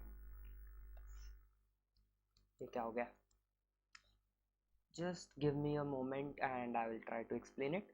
सबसे पहले हमारा सिंपल था, पहला वाला तो बताने की ज़रूरत नहीं मुझे। क्या था कि सुनो, आपको ये टॉप 2000 की बात नहीं कर रहा मैं, जब छः डायरेक्टर की बात चल रही थी। नॉर्मली आपकी कंपनी टॉप 2000 में नहीं थी, बस लिस्टेड है, बस लिस्टेड है। आपके 6 डायरेक्टर थे, वैसे तो 3 ही चाहिए थे, 6 थे आपके पास। तो भाई साहब सुनो, 6 डायरेक्टर थे आपके पास, और 6 डायरेक्टर होने के बावजूद क्या, होने के बावजूद क्या, 6 डायरेक्टर थे, एक को जाना पड़ा क्योंकि समथिंग हैपेंड। आपने 167 164 पढ़ा होगा अगर आप कंपनीज एक्ट में, तो आपको पता है डिस्क्वालिफिकेशन वैकेशन, वो ऑफिस छोड़ के चला गया, रेजिग्नेशन रिमूवल कुछ भी होगा उसका, एक्सपायरी ऑफ टर्म के पहले, एक्सपायरी ऑफ टर्म के पहले मतलब हमने 3 साल के लिए अपॉइंट किया था, वो 2 साल में चला गया। ऐसे केसेस में क्या होगा, अगर उसका वैकेशन हो चुका है तो वो बोल रहे आप उसको वापस से अपॉइंट करो, आप उसको वापस से अपॉइंट करो, आप उसको वापस से अपॉइंट करो। इसको मैं जान दो आपको क्या करता हूँ, लिख के ही देता हूँ आपको और अच्छे समझेगा। ये हूँ मैं, और ये है मयूर लिमिटेड। भाई साहब बहुत बड़ी लिस्टेड एंटिटी है जो टॉप 2000 में, चलो मान ले, इसको मान लेते हैं ये टॉप 2000 लिस्टेड एंटिटी में आती है, टॉप 2000 लिस्टेड एंटिटी में आती है। मैं कंपनी का डायरेक्टर हूँ, कंपनी में 6 डायरेक्टर्स है। अब 2 केसेस है, सुनो, 6 डायरेक्टर्स है, कंपनी 2 केसेस पढ़ते हैं। आई लीव कंपनी और my term of office ends, term ends मतलब मैं 3 साल के लिए डायरेक्टर था, 3 इयर्स ऑफ ऑफिस है मेरे, मैंने कंपनी को छोड़ा, 2 इयर्स हो चुके हैं और यहाँ पे 3 इयर्स हो चुके हैं, मतलब मैं अपने टर्म के पहले छोड़ रहा हूँ, टर्म के बाद छोड़ रहा हूँ। तो अब सुनना, अब अच्छे से सुनना क्या है भाई साहब, ये बोलना चाहता है कि अगर मैं ऐसे केसेस में, आपके पास विद इन 3 मंथ्स का टाइम है, मेरे ऑफिस छोड़ने के 3 महीने के अंदर अंदर appoint new person, appoint new person as director, appoint new person as director. और ये दूसरा केस है, दूसरा केस एज इन ये वाला, ये अगर सुनो क्या हो रहा है, मैं टॉप 2000 में हूँ और अगर 6 डायरेक्टर कम से कम चाहिए, अगर 5 डायरेक्टर, इसका क्या मतलब है, मैं रेगुलेशन को कंप्लाई नहीं कर रहा हूँ कोई ना कोई। तो सुनो सुनो सुनो, सॉरी सॉरी सॉरी, मेरे से एक गलती हो गई, ये बोल रहा है सब रेगुलेशन 1 ना, हम कहाँ इतने दूर आ गए टॉप 2000 में। सब रेगुलेशन 1 यानी सिर्फ इतना, ये वाला पार्ट अगर आप कंप्लाई नहीं कर रहे हो तो। अब ये टॉप 2000 का कंप्लाई नहीं कर रहा मैं, तो क्या हो गया, मुझे इतने में करना है, माई टर्म एंड्स एंड, और एक चीज़ है, एक काम करते हैं, और एक इसमें कुछ तो भी करते हैं, इसको हटा दो। ओके ये इतना तो समझ चुका है आपको, ये एग्जाम्पल टिक है, मैंने कंपनी छोड़ दी, या फिर 3 या फिर माई टर्म एंड्स 3 इयर्स, तो समझे टॉप 2000 है, 6 होने चाहिए थे, मेरे से मतलब लॉ नहीं कंप्लाई हुआ और मैं मुझे छोड़ के चला गया भाई साहब, तो क्या करना पड़ेगा आपको, डायरेक्टर अपॉइंट करना पड़ेगा क्योंकि लॉ कंप्लाई करना है ना। तो कब कब तक करना है, उन्होंने टाइम कितना दिया, अर्लीस्ट करो लेकिन 3 मंथ्स में करो, अपॉइंट करो। अब एक दूसरा केस सुनो क्या हुआ, सेम कंपनी, ये सब हटा देते हैं या फिर एग्जाम्पल रखते हैं आपको रेफरेंस के लिए, इसको मैं कोशिश करता हूँ नीचे लेके जाने की, बहुत सही एग्जाम्पल दिमाग में आया है। कि इसको अपन यहाँ पे मयूरी कर देते। ए छोड़ो तो, कोई बोलना नहीं, कमेंट मत करना। ओके, कमेंट एज इन वीडियो के नीचे आप नॉर्मली कर ही सकते हो। तो ये मयूरी है, ये कौन है? विमेन डायरेक्टर है। मयूर लिमिटेड में मयूरी नाम की लड़की विमेन डायरेक्टर है। अब सुनना क्या हुआ, एक ही विमेन डायरेक्टर है, इसमें कंपनी में मान लो 6 डायरेक्टर्स है, ये छोड़ के चली गई, बचे कितने? 5 बचे। मयूरी छोड़ के चली गई। अब विमेन डायरेक्टर तो चाहिए। अब क्या हो रहा है, vacancy of women director, because Mayuri छोड़ के चली गई, वैकेंसी ऑफ विमेन डायरेक्टर। तो क्या हो रहा है, रेगुलेशन 17(1) जो है वो खतरे में है भाई साहब। वो वाला यहाँ पे स्पष्ट शब्दों में लिखा है इन्होंने, क्या किधर है, हाँ यहाँ पे स्पष्ट शब्दों में लिखा है रेगुलेशन 1, सब रेगुलेशन 1, तो वो खतरे में। अब उन्होंने ये बोला है, अगर मयूरी का वैकेशन ऑफ ऑफिस हुआ है, एक्सपायरेशन ऑफ टर्म की वजह से वैकेशन ऑफ ऑफिस हुआ है, तो immediately after that the office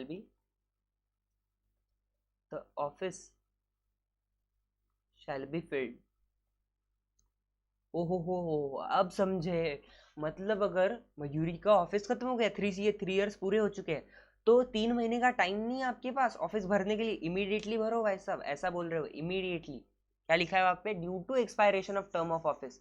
ये मैं इसलिए टाइम लगा रहा हूँ क्योंकि इसमें वर्ड्स बहुत कॉम्प्लिकेटेड डाले इन्होंने, क्योंकि उन्होंने वही रीजन दिया है कि expiration of term of office, आपका ऑफिस खत्म हो रहा है, आप वैकेंट नहीं हो रहे, सिर्फ आपका वैकेट तो हो रहा है, बट क्यों? क्योंकि आपका office of term of office खत्म हो रहा है। ओके, अदरवाइज मान लो वुमेन डायरेक्टर है, सेम है केस है, सेम केस है, ऊपर जैसा ही एग्जाम्पल होगा, वैकेंसी हो रही है, 2 इयर्स हो चुके हैं और वो कंपनी से रिजाइन कर रही है, छोड़ के चली गई, तो आपके पास फिर से कितने मंथ्स है? 3 मंथ्स है टू अपॉइंट। कितने टाइम है आपके पास? 3 मंथ्स। क्यों? कंपनीज एक्ट का टाइम है, इसमें कुछ बोला नहीं रेगुलेशन में, और कंपनीज एक्ट में भी वही है, 3 मंथ्स है। ओके, वुमेन डायरेक्टर के लिए। ओके, बहुत सिंपल, बहुत ईजी, अब समझ चुके हो क्या? और ये वाला क्या बोल रहा है, ये वाला पॉइंट सुनो, एक एग्जाम्पल देता हूँ। सेम मयूर लिमिटेड को देखो, 6 डायरेक्टर है, 7 डायरेक्टर, ऐसा करते हैं, और क्या करें इसको, 6 डायरेक्टर रखते, चलो 6 डायरेक्टर है, 3 एड, 3 नेड। एड ने समझता है ना, एग्जीक्यूटिव नॉन एग्जीक्यूटिव, और एक वुमेन डायरेक्टर भी है, समझ लो कोई भी एड में नेड में कोई भी एक वुमेन डायरेक्टर। अब क्या हुआ, एक one non executive director leaves the company. अब रेगुलेशन 17(1) क्या हो रहा है, खतरे में है, क्योंकि 50% चाहिए। तो मैंने क्या किया, किसी नए बंदे को अपॉइंट नहीं किया, मैंने खेल क्या खेला, एक एग्जीक्यूटिव को किक्ड आउट कर दिया, मैंने उसको हटा दिया। अब मुझे बता मेरी कंपनी में कितने लोग, नॉट इन टॉप 2000, ये भी लिख देता हूँ, वो भी, वरना बोलोगे ना टॉप 2000 में थी, अभी क्या हो गया, तो नॉट इन टॉप 2000, मैंने एक को हटा दिया। अभी क्या हुआ, अभी फाइनली क्या हो रहा है, सुनो, इन दी एंड हमारे पास 2 ये वाले हैं और 2 ये वाले हैं, 50% कंप्लाई हो रहा है लॉ, क्या, और 4 डायरेक्टर है, क्या मुझे 6 डायरेक्टर करने की जरूरत है? अगर मैं टॉप 2000 नहीं, चलता है, 2 चलता है, लॉ कंप्लाइड है, तो मुझे क्या कुछ करने की जरूरत नहीं, ये रेगुलेशन लगेगा क्या मेरे पे? नहीं लगेगा। ओके, अब बहुत ही सिंपल आने वाला है, ज्यादा कॉम्प्लिकेटेड नहीं। Board of director shall meet at least 4 times in year, maximum gap 120 days in between 2 meetings, companies act जैसा सिंपल। तो कोरम टॉप 2000 लिस्टेड एंटिटी का कोरम शैल बी 1/3 और 3 whichever is higher including 1 independent. भाई साहब क्या खेला है, सुनो, 1/3 और 2, ऐसा कंपनीज एक्ट में है कोरम। ये क्या बोल रहे हैं, 1/3 और 3 विच एवर इज हायर। तो मैं एक चेंज करता हूँ, मैं इसको ब्लू से लिखता हूँ, जो चीजें नहीं है कंपनीज एक्ट में नहीं है, इंक्लूडिंग 1 इंडिपेंडेंट डायरेक्टर। ओहो हो, राइट, क्या राइट, यहाँ पे 3 है ना, तो 1/3 और 3 मतलब 3 कम से कम डायरेक्टर आपके कोरम में होने चाहिए, अगर आप टॉप 2000 और top 2000 listed entity, top 2000 listed entity के केस में ऐसा है, सिंपल। ओके, आई थिंक आपको समझ चुका होगा। समझा ना, मैंने कोरम कैसे कैलकुलेट करते हो 174 वाले वीडियो में बताया था, तो आई थिंक आपको ये भी आना चाहिए, बहुत ईजी है। For removal of doubt it is clarified that participation, अरे वीडियो कॉन्फ्रेंसिंग और OAVM से आते हो, वो कोरम में होगा, कंपनीज एक्ट में भी लिखा है। और ये टॉप 1000 2000 मार्केट कैप के हिसाब से काउंट करेंगे। देखो मैंने बोला ना, कुछ कुछ चीज़ें बहुत जल्दी हो जाती है, but sometimes it takes time. Board of directors जो है, board of director periodically review करेंगे compliance report pertaining to all applicable laws to listed entity prepared by listed entity as well as steps taken by listed entity to rectify non compliance. बहुत simple, क्या बोल रहा है, board का काम है कि वो लॉ कंप्लायंस रिपोर्ट जो review compliance report, compliance report मतलब लॉ कंप्लायंस रिपोर्ट, जितने भी एप्लीकेबल लॉज है लिस्टेड एंटिटी, फार्मा में फार्मास्यूटिकल्स के लॉज, वो कोई भी कंपनीज एक्ट लगता है, ये वाले बहुत सारे लॉज लगते हैं कंपनी पे, तो बोर्ड के पास एक रिपोर्ट आती है जो लिस्टेड एंटिटी मिलके बनाती है, क्या, लॉ कंप्लायंस रिपोर्ट। बोर्ड का काम है कि वो रिव्यू करेगा उस रिपोर्ट को, और अगर कोई गलती हुई है लिस्टेड एंटिटी से, कंप्लाई नहीं हुआ लॉ, तो उसने क्या स्टेप्स लिए उसको कंप्लाई करने के, वो भी उसमें होने चाहिए। Board of directors shall satisfy itself plans are in place for orderly succession of appointment of board of director and senior management. Senior management and board of director के लिए सक्सेशन प्लानिंग करके रखी है, ऐसा ये बोर्ड का काम होगा। Board of director succession planning मतलब बोर्ड और सीनियर एग्जीक्यूटिव अभी जो है, इनके बाद में कौन संभालेगा, ये है कि आपके पास, ओके ठीक है। बोर्ड ऑफ डायरेक्टर क्या करेगा, कोड ऑफ कंडक्ट लिख के देगा सारे members of board of director और सीनियर मैनेजमेंट के लिए। कोड ऑफ कंडक्ट मतलब कैसे क्या चीज़ें करनी चाहिए, उसमें सारा what to do and what not to do, ये सब बोर्ड ऑफ डायरेक्टर और कंपनी के सीनियर मैनेजमेंट के लिए होगा। सीनियर मैनेजमेंट मैंने बताया था बोर्ड के एक लेवल नीचे होता है। Code of conduct shall suitably incorporate duties of independent director. भाई साहब कंपनीज एक्ट में इंडिपेंडेंट डायरेक्टर की ड्यूटी है, वो कोड ऑफ कंडक्ट में होनी ही चाहिए, बहुत easy. Board of Directors shall record all fees and compensation, if any, paid to non-executive director, including independent, shall require approval of shareholders. सुनो क्या बोल रहे हैं, नॉन एग्जीक्यूटिव डायरेक्टर्स है ना, इनको फीस एंड कंपनसेशन अगर कुछ दे रहे हो आप, फीस एंड कंपनसेशन, देखो सिटिंग फीस वगैरह देनी होती है, अगर वो कोई स्पेशल सर्विस दे रहे हो उनको कंपनसेशन वगैरह देना पड़ता है। तो जो नॉन एग्जीक्यूटिव डायरेक्टर, ये देखो एक तो मैं सिंपल बता देता हूँ, ED, NED, ID, other NED, ये तो आपको पता है। Independent director is a non executive director, मतलब हर independent director non executive, but हर नॉन एग्जीक्यूटिव इंडिपेंडेंट नहीं, इतना तो पता होगा। तो non executive director independent included, उनको अगर आप ऐसा कुछ दे रहे हो तो वो कौन रिकमेंड करेगा, बोर्ड रिकमेंड करेगा। और बोर्ड अगर रिकमेंड कर रहा है तो सिर्फ बोर्ड के रिकमेंडेशन से काम होता है क्या, नहीं, शेयर होल्डर्स का अप्रूवल लगेगा जनरल मीटिंग में। Requirement of obtaining approval of shareholders in general meeting shall not apply to payment of sitting fees to non-executive director। अगर आप कंपनीज एक्ट की लिमिट्स के हिसाब से कर रहे हो for payment of fees without approval of central government, okay simple सा पॉइंट है। अगर आप जो फीस वगैरह दे रहे हो उन बंदों को, सिटिंग फीस वगैरह उन लिमिट में दे रहे हो, मतलब 1 लाख की लिमिट है कंपनीज एक्ट के हिसाब से, अगर 1 लाख के अंदर सिटिंग फीस दे रहे हो आप, शेयर होल्डर्स का अप्रूवल काय को चाहिए, छोड़ दो आप अपनी मर्जी से। तो just a second, आप अगला पढ़ लो तब तक।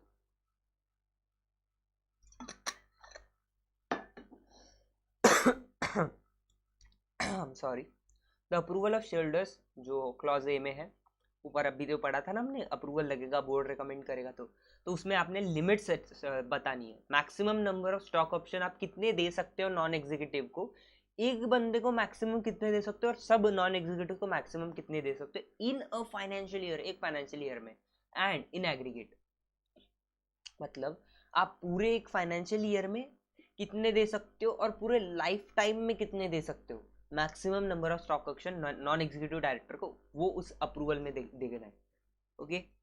अगला CA हमारा कौन सा चल रहा है, रेगुलेशन 6 का क्लॉज सी है, सॉरी सब रेगुलेशन 6 का क्लॉज सी है। The approval of shareholders by SR shall be obtained every year. भैया आपको ना SR पास करना पड़ेगा हर साल। अगर annual remuneration payable to single non executive director 50% से ज्यादा है, total remuneration payable to non executive giving details of remuneration. इसमें क्या बोल रहे हैं, सुनो, आपकी कंपनी में मान लो, सुनो कितने डायरेक्टर्स, टोटल कितने नेड है, 6 नॉन एग्जीक्यूटिव डायरेक्टर्स है आपकी कंपनी में। अब सुनना क्या हो रहा है, इनमें से एक बंदा है ना, एक बंदा है, आप इसको 3 करोड़ दे रहे हो रेम्युनरेशन, ओके, साल का 3 करोड़ है, और सबका मिला के 6 लोगों का मिला के 6 करोड़ बन रहा है टोटल, इसका इंक्लूडेड, ओके 3 करोड़, ठीक है। मैं काम करते इसको, अपन क्या करते हैं, इसको करते 4 करोड़, एक्सीडिंग बोल रहा है ना, 50% तक ठीक है, उससे ज्यादा नहीं चलता है। तो अरे भाई साहब मतलब 6 लोग टोटल है, मतलब 50% इनसे ज्यादा जो सबको मिल रहा है, इससे ज्यादा इस अकेले को मिल जा रहा है भाई साहब। 50% ऑफ टोटल रेम्यूनरेशन से ज्यादा एक ही बंदे को दे रहे हो आप नॉन एग्जीक्यूटिव के, तो ये गलत है। आपको स्पेशल रेजोल्यूशन लगना पड़ेगा उस बंदे को पैसे देने के लिए, ओके। लेकिन अगर वो 3 करोड़ ले रहा है, चलता है क्या? सबका 6 करोड़, उसका 3 करोड़, अप टू 50% है, ओके चलता है। और उसकी डिटेल्स भी दो भाई साहब, ऐसे ही कैसे रेम्यूनरेशन पास करो, डिटेल्स भी दो। एक पॉइंट है, इंडिपेंडेंट डायरेक्टर को स्टॉक ऑप्शन नहीं दे सकते, बहुत सिंपल, उनको देना ही नहीं ना यार। फीस और compensation payable to executive director who are promoter और मेंबर ऑफ प्रमोटर ग्रुप। जो कोई बंदा है एग्जीक्यूटिव डायरेक्टर है, कंपनी का एग्जीक्यूटिव डायरेक्टर, लेकिन वो प्रमोटर है या फिर प्रमोटर ग्रुप का मेंबर है, ऐसा एग्जीक्यूटिव डायरेक्टर जो प्रमोटर या प्रमोटर ग्रुप का मेंबर है, उसको अगर आप कोई फी कंपनसेशन देना चाहते हो तो आपको शेयर होल्डर का अप्रूवल लगेगा बाय स्पेशल रेजोल्यूशन। मतलब स्पेशल रेजोल्यूशन लगेगा अगर, कौन से केसेस में, ऐसा नहीं कि उनको पैसे मत दो फी कंपनसेशन, बट अगर आप ये नीचे लिमिट्स क्रॉस कर रहे हो तब आपको स्पेशल रेजोल्यूशन लगेगा। ओके, कौन सी लिमिट्स क्रॉस कर रहे हो? एनुअल रेम्यूनरेशन एग्जीक्यूटिव डायरेक्टर को जो दे रहे हो आप, डायरेक्टर बोला, डायरेक्टर्स नहीं, मतलब एक बंदे को जो दे रहे हो, वो अगर 5 करोड़ से ज्यादा है, अगर वो टोटल 5 करोड़ से ज्यादा एनुअल रेम्यूनरेशन साल का, या फिर 2.5% of net profit of listed entity, मतलब आपकी जो 2.5% ऑफ, मतलब ये देखो 100 करोड़ कमा रहे हो आप, उसका 2.5% निकालो, 2.5 करोड़ निकलता है। अगर मतलब 100 करोड़ कमा रहा है, आपका 100 करोड़ का नेट प्रॉफिट है, उसका 2.5%, 2.5 करोड़, ओके, आप 2.5 करोड़ से ज़्यादा दे रहे हो बंदे को, तो फिर विच एवर इज हायर बोल रहे हैं उन्होंने, क्या बोल रहे हैं, और 5 करोड़, हायर कौन सा है? 5 करोड़।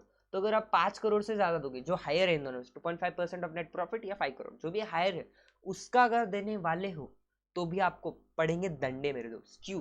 क्योंकि आपको एसआर चाहिए, अगर एसआर नहीं लिया तो दंडे पड़े, एसआर ले लो, दंडे नहीं पड़ेंगे यार, और क्या चाहिए। Where there is more than one such director, अब इस लाइन पे ध्यान देना, where there is more than such director. Such director भाई साहब मतलब क्या? सच डायरेक्टर मतलब एग्जीक्यूटिव डायरेक्टर जो कि प्रमोटर या प्रमोटर ग्रुप है, प्रमोटर ग्रुप का बंदा है। अगर ऐसा कोई डायरेक्टर जो 2 रोल कर रहा है, वो डायरेक्टर भी है, एग्जीक्यूटिव है, प्रमोटर भी है, तो ऐसे केसेस में अगर एक से ज्यादा ऐसे डायरेक्टर, एक ही डायरेक्टर तो 5 करोड़ का खेल अकेले को देखेंगे, लेकिन एक से ज्यादा है तो एग्रीगेट एनुअल रेम्यूनरेशन उन सब का, उन सारे डायरेक्टर्स का aggregate total annual remuneration 5% of net profit of listed entity से ज्यादा नहीं होना चाहिए। Provided that approval of shareholder under this provision shall be valid only till expiry of term of such director। तो क्या बोल रहे हैं, जो अप्रूवल है शेयर होल्डर्स को दे रहे हो आप, जो अप्रूवल है आपका, शेयर होल्डर्स का अप्रूवल ही है, जो ऊपर के केस में ये एसआर पास नहीं कर रहे क्या अपन, 1 मिनट में आपको दिखाता हूँ, ये वाला, ये एसआर पास कर रहे हैं ना, ये कब तक चलेगा? ये वैलिड रहेगा till the expiry of such director का टर्म। मतलब अगर किसी ऐसे एग्जीक्यूटिव प्लस प्रमोटर वाला जो डायरेक्टर है, उसको आप 3 साल का उसका टेन्योर है, 3 साल के लिए एसआर पास कर दिया, उसको रीअपॉइंट बाद में करोगे, लेकिन जिस टाइम उसका टर्म एक्सपायर होगा, 3 साल हो चुके हैं, खत्म, अगला एसआर फिर से पास करना पड़ेगा, इससे ज्यादा अगर देना है तो, ओके, क्योंकि रीअपॉइंट कर रहे हो आप। एक्सप्लेनेशन भाई साहब, नेट प्रॉफिट ये क्या बोल रहे हैं आप, जो नेट प्रॉफिट यहाँ पे लिखा है ना, वो कैसे कैलकुलेट करोगे? सेक्शन 198 कंपनीज एक्ट के हिसाब से। अगला बहुत ही ज्यादा simple, sub regulation 7, minimum information to be placed before the board of director is specified in part A schedule 1, part A schedule 2।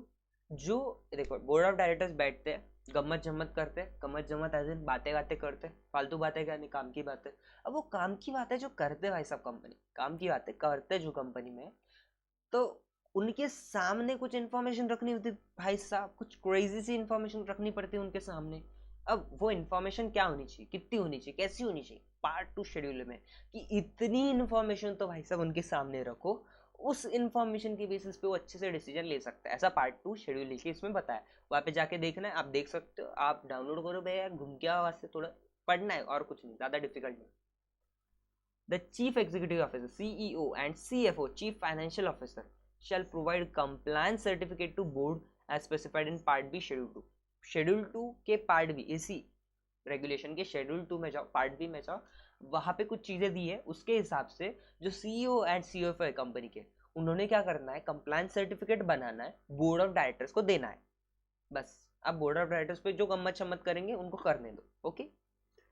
इसमें ध्यान दो, लिस्टेड एंटिटी ने क्या करना है, प्रोसीजर को ले डाउन करना है to inform members of board, मतलब डायरेक्टर्स को इन्फॉर्म करने के लिए about risk assessment and minimization process, कि रिस्क को असेस कैसे किया जाए और रिस्क होने के बाद उसको मिनिमाइज कैसे किया जाए, इसकी प्रोसीजर के बारे में आपको क्या करना है, बोर्ड के डायरेक्टर्स को बताना है।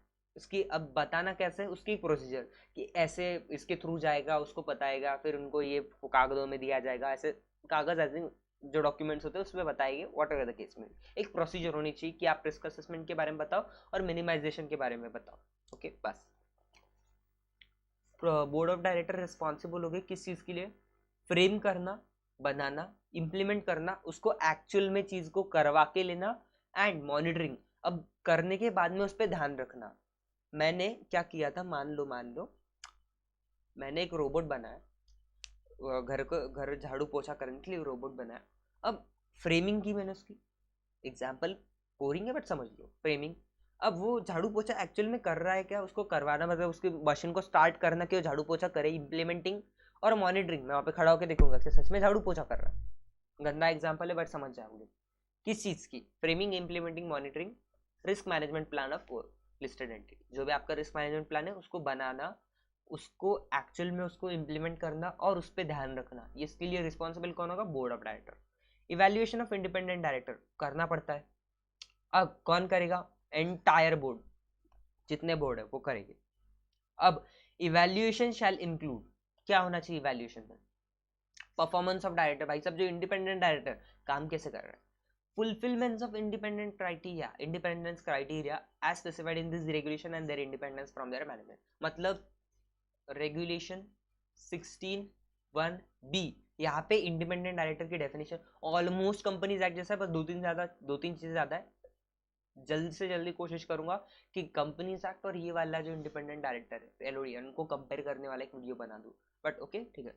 तो इनकी इंडिपेंडेंस, क्या वो अभी भी इंडिपेंडेंट है एज पर रेगुलेशन, ये है कि नहीं, इसको भी इवेल्युएट करना, उसके काम को करना। और इंडिपेंडेंस फ्रॉम मैनेजमेंट, मैनेजमेंट भी तो इंडिपेंडेंट है कि नहीं, क्या किसी से बहुत ज्यादा इसकी गम्मत जम्मत हो रही है, मिल रहा है, ओ भाई कैसे चल रहा है, चल आज बैठते हैं, इतनी दोस्ती मत करना है वैसे कंपनी में, इंडिपेंडेंट कहाँ पे रहोगे। Provided that in the above evaluation, director who are subject to evaluation shall not participate. Of course, जो independent director का आप evaluation कर रहे हो, independent evaluation of independent director हो रहा है वैसा, आप कहाँ से अपने evaluation में बैठ रहे हो, वहाँ पे तो 2-2 मिनट में उन्होंने बोला यार ये काम सही से नहीं कर, अरे सुनो यार मैंने वो काम सही से किया था, वो तो साइड के मनोज ने मेरे को बोला ऐसे मत कर, ये कैसे चलेगा, इसको नहीं बैठा सकते मीटिंग में। और फाइनली हमारा एक लास्ट का रेगुलेशन है, बहुत ही जल्दी जल्दी किया है हमने, जो जल्दी जल्दी एज इन डिटेल में गए, जहाँ जहाँ जरूरत थी सब डिटेल में है, और जहाँ पे एकदम थियरी पार्ट था खड़ खड़ खड़ खड़ एकदम इजीली समझे, जहाँ पे नहीं समझा वीडियो पीछे करके देख लेना। The statement annex to notice, ये वाला रहे explanatory statement for each item of special business, देना ही पड़ता है, to be transacted at general meeting shall also state, मतलब जो एक्सप्लेनेटरी स्टेटमेंट स्पेशल बिजनेस का देते हो उसमें एक और चीज बताओ, क्या, recommendation of board to shareholders on each of specific items, board का रिकमेंडेशन, मतलब अगर कोई स्पेशल बिजनेस करना था उस पर बोल रहे कि ये करना चाहिए, बोर्ड और उस पर अपनी टिप्पणी फेंकेगा कि हम ये रिकमेंड करते कि आप ऐसा कीजिए, हम ये रिकमेंड, वो नहीं क्या किसी के साथ अपन कपड़े लेने गए, उसको कपड़े लेने, लेकिन यार तेरे पे ब्लू शर्ट ज्यादा अच्छा लगेगा, कौन सा, तेरे पे वो वाला ब्लू शर्ट ज्यादा अच्छा लगेगा, ये काइंड ऑफ अपन ज्ञान देते सामने वाले को, this kind of things. Okay देखो जल्दी जल्दी हमने कितना अच्छे से कंप्लीट कर लिया, तब भी एकदम ऐसा जल्दी जल्दी भी नहीं बट डिटेल में भी एज वेल। चलो अभी इसके हैंड रिटन नोट्स देखते ताकि हमारी क्विक रिवीजन हो जाए। भाई साहब सर ये क्या है, ये आपने ये क्या लिखा है, ये हैंड रिटन नोट्स और क्या है, तो एक बार ध्यान देना इसको, एक ही मिनट में इसमें कुछ मिट ना जाए बाद में, इसलिए सेटिंग करके रखता हूँ। Yes now we can do it, ध्यान देना। और यार एक गड़बड़ हो जाएगी, आपको स्क्रीन पूरी तरीके से दिखेगी नहीं है, तो कोशिश करते हैं इसको, आप ना एक काम कर लेना, आप स्क्रीन अपनी क्या बोलते हैं इसे, रिजोल्यूशन क्वालिटी, आपकी क्वालिटी वीडियो की बढ़ा लेना, आपको अच्छे से दिखेगा, वरना वो स्क्रीन इतनी जूम आउट हो जाती है कि आपको दिखता नहीं है। तो इसलिए थोड़ा सा क्वालिटी बढ़ा लेना, मैं पढ़ूंगा आपको समझ जाएगा। और आपको मैंने पीडीएफ भी दिया है ये वाला, आपके वीडियो के डिस्क्रिप्शन में टेलीग्राम चैनल पे डाउनलोड कर लेना, दिख जाएगा। तो कंपोजिशन मैं इससे कर रहा हूँ, आप पढ़ समझ लेना मैं क्या बोल रहा हूँ। बोर्ड का optimum level of executive non executive होना चाहिए, 1 वुमेन डायरेक्टर होनी चाहिए, 50% नेड होने चाहिए। टॉप 1000 लिस्टेड एंटिटी अगर है तो एक वुमेन इंडिपेंडेंट डायरेक्टर होनी चाहिए, वुमेन इंडिपेंडेंट डायरेक्टर होनी चाहिए, WD women independent director. Top 2000 listed entity के केस में कम से कम 6 डायरेक्टर होने चाहिए। अब सुनना इंडिपेंडेंट डायरेक्टर का क्या है। इंडिपेंडेंट डायरेक्टर के केस में ये बोलना चाहते हैं कि आपकी केस में 50% जो डायरेक्टर है वो इंडिपेंडेंट होनी चाहिए और 1/3 इंडिपेंडेंट। 1/3 कब, जब आपका चेयरपर्सन नेड है, सीधा साधा बनता है तो चलता है। लेकिन सुनो, आपका 50% आईडी होना चाहिए अगर आपका चेयरपर्सन ऐड है, या फिर आपका चेयरपर्सन नॉन एग्जीक्यूटिव है लेकिन वो प्रमोटर या रिलेटेड टू प्रमोटर है, या फिर वो ऑक्यूपाई करता है मैनेजमेंट पोजीशन बोर्ड लेवल पे और 1 लेवल बिलो बोर्ड पे, या फिर आपकी कंपनी के आउटस्टैंडिंग इक्विटी शेयर्स है। टॉप राइट कॉर्नर में ध्यान देना, रिलेटेड टू प्रमोटर का मतलब अगर आपकी प्रमोटर लिस्टेड कंपनी तो उसके सिर्फ director, employee, nominee director other than retiring independent director. Okay, अगर आपकी आपका प्रमोटर अनलिस्टेड एंटिटी है तो उसके डायरेक्टर, एग्जीक्यूटिव एम्प्लॉय और उसके nominees, director including independent director related to promoter. तो अगर आपकी कंपनी लिस्टेड एंटिटी प्रमोटर है, उसके सारे लोग, अनलिस्टेड एंटिटी उसके सारे लोग, बट पहले केस में इंडिपेंडेंट छोड़ के दूसरे केस में इंडिपेंडेंट इंक्लूड है। अब ध्यान देना मीटिंग और quorum, bottom left corner, meeting quorum, इसको रेड कर लेते हैं। 4 टाइम्स इन ईयर भाई साहब मीटिंग होनी चाहिए, मैक्सिमम क्या 120 days, same as companies act. Quorum क्या होना चाहिए यहाँ पे भाई साहब, रेगुलेशन 17 में टॉप 2000 के केस पे 1/3 और 3 whichever is higher and including 1 independent director. Other cases में सेम एज पर कंपनीज है, 1/3 और 2 whichever is higher. Okay, अब अदर पॉइंट्स कुछ है। अगर नॉन एग्जीक्यूटिव डायरेक्टर है जिसकी एज 75 साल है, उसको कंपनी में काम मत करवाओ, लेकिन अगर SR पास किया तो चलता है भाई साहब, करवाओ। अपॉइंटमेंट ऑफ डायरेक्टर या मैनेजर करना है तो आपको अगली AGM में करना पड़ेगा, या फिर within 3 months from appointment, उसकी within 3 months from appointment आपको उसका अप्रूवल लेना पड़ेगा नेक्स्ट AGM में। Okay, whichever is earlier. अब अगला पॉइंट देखना, PSU के केस में ना आपको अगले AGM में लेना है, अगली सॉरी AGM नहीं, जनरल मीटिंग में। ओके, मतलब ये 3 मंथ्स का विच एवर इज अर्लियर ये खेल नहीं खेलना है अगर आपकी PSU है, वो चलता है। और एक पॉइंट था, अगर ऐसा बंदा है जिसको हमने पिछले बार अपॉइंट नहीं किया था जनरल मीटिंग में, तो आप बोल रहे उसको अपॉइंट ऐसे कर ले, नहीं उसको कब अपॉइंट करना है अपने, जब सारा खेल हो जाएगा। सारा खेल हो जाएगा का क्या मतलब है, जनरल मीटिंग में ही उसको प्रायर अप्रूवल से अपॉइंट कर सकते हो, अदरवाइज नहीं। अब ध्यान देना यहाँ पे नीचे मिसलेनियस पॉइंट्स और ये पीरियड फंक्शंस बाद में देखते हैं। Fees and remuneration, top right corner, fees and remuneration to board. Remuneration से अच्छा बोल दो कंपनसेशन यहाँ पे। ओके, कंपनसेशन उसको अच्छे से लिख के वापस दे दूंगा आपको, टेंशन ना लियो। कंपनसेशन क्या होना चाहिए सुनो, अगर नॉन एग्जीक्यूटिव या इंडिपेंडेंट डायरेक्टर है तो बोर्ड रेकमेंड करेगा और शेयर होल्डर अप्रूव करेंगे। अब सुनना, शेयर होल्डर का अप्रूवल आपको नहीं लगेगा इफ आप जो सिटिंग फीस दे रहे हो वो विद इन कंपनीज एक्ट की लिमिट है 1 लाख के अंदर। जो आप अप्रूवल दे रहे हो उसमें स्पेसिफाई करना है maximum number of stock option allowed to non executive director and in aggregate, यहाँ पे in financial year and in aggregate ऐसा होना चाहिए। एंड इंडिपेंडेंट डायरेक्टर को नहीं मिलता है स्टॉक ऑप्शन। फिर अगला पॉइंट, अप्रूवल जो शेयर होल्डर का है वो SR चाहिए होगा हर साल। अगर आप एनुअल रेम्युनरेशन एक बंदे को जो दे रहे हो नॉन एग्जीक्यूटिव डायरेक्टर को, वो 50% ऑफ टोटल रेम्युनरेशन से ज़्यादा है, और उसकी डिटेल्स भी आपने देनी है। अगर कोई बंदा है जो एग्जीक्यूटिव डायरेक्टर है और वो प्रमोटर या प्रमोटर ग्रुप का पार्ट है, तो उस केस में आपको SR रिक्वायर्ड करेगा उसको अगर फीस या कंपनसेशन देना है। इफ कब हुआ सब, annual remuneration to executive director is more than 5 CR or 2.5% of net profit of listed entity whichever is higher। या फिर अगर जो एग्जीक्यूटिव डायरेक्टर बीइंग प्रमोटर या प्रमोटर ग्रुप का बंदा वो 1 से ज़्यादा है तो उनका एग्रीगेट रेम्यूनरेशन 5% ऑफ जो हमारा नेट प्रॉफिट लिस्टेड एंटिटी उससे ज़्यादा ना हो। ओके, अगर ऐसा है, ये हायर का पॉइंट नहीं सॉरी, उससे ज़्यादा है तो फिर चलता है, आप SR पास कर लो चलता है, अगर नहीं पास करते तो नहीं चलता है। हाँ, और एक बात, जो SR हमने पास किया था उसकी वैलिडिटी कितनी रहेगी, जब तक भाई साहब डायरेक्टर का टेन्योर है, उससे ज़्यादा नहीं।